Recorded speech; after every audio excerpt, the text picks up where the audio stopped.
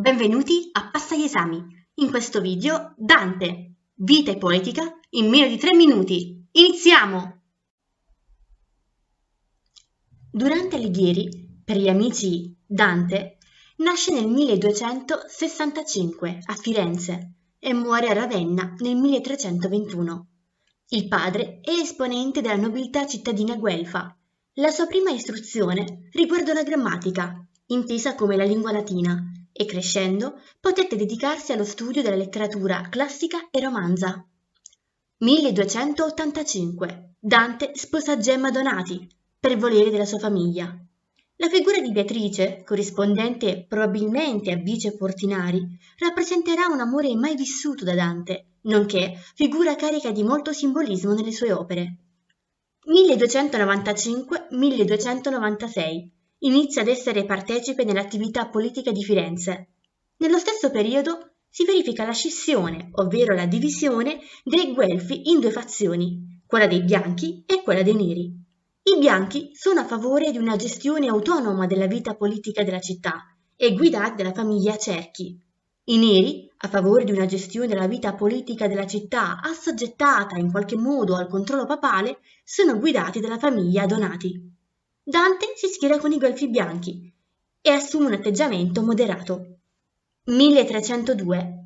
Dante viene condannato a morte in contumacia, ovvero senza che fosse presente la sentenza. Questo accadde perché a Firenze era caduto il governo dei Guelfi bianchi ed era stato ristabilito quello della fazione avversaria. Per questo vivrà in esilio fino a quando morirà a Ravenna. Durante l'esilio, tra il 1304 e il 1306, si dedica alle opere in prosa, quali De Vulgari Eloquentia, Il Convivio, e inizia anche a scrivere l'Inferno della Commedia.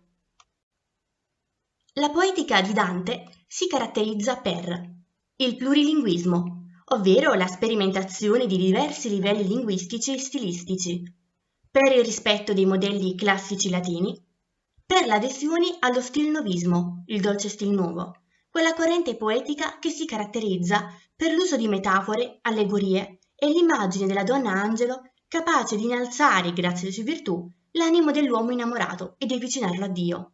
In ultimo si caratterizza per la redazione di opere sia in latino che in volgare. Quindi, ricapitolando, la poetica di Dante in 4 punti: il plurilinguismo, il rispetto dei modelli classici latini, l'adesione allo stilnovismo e la redazione di opere sia in latino che in volgare. Adesso un promemoria per te. Le opere in latino sono De Vulgari Eloquentia, Monarchia, le 13 epistole. Invece, le opere in volgare sono Vita Nuova, Rime, Commedia, Convivio.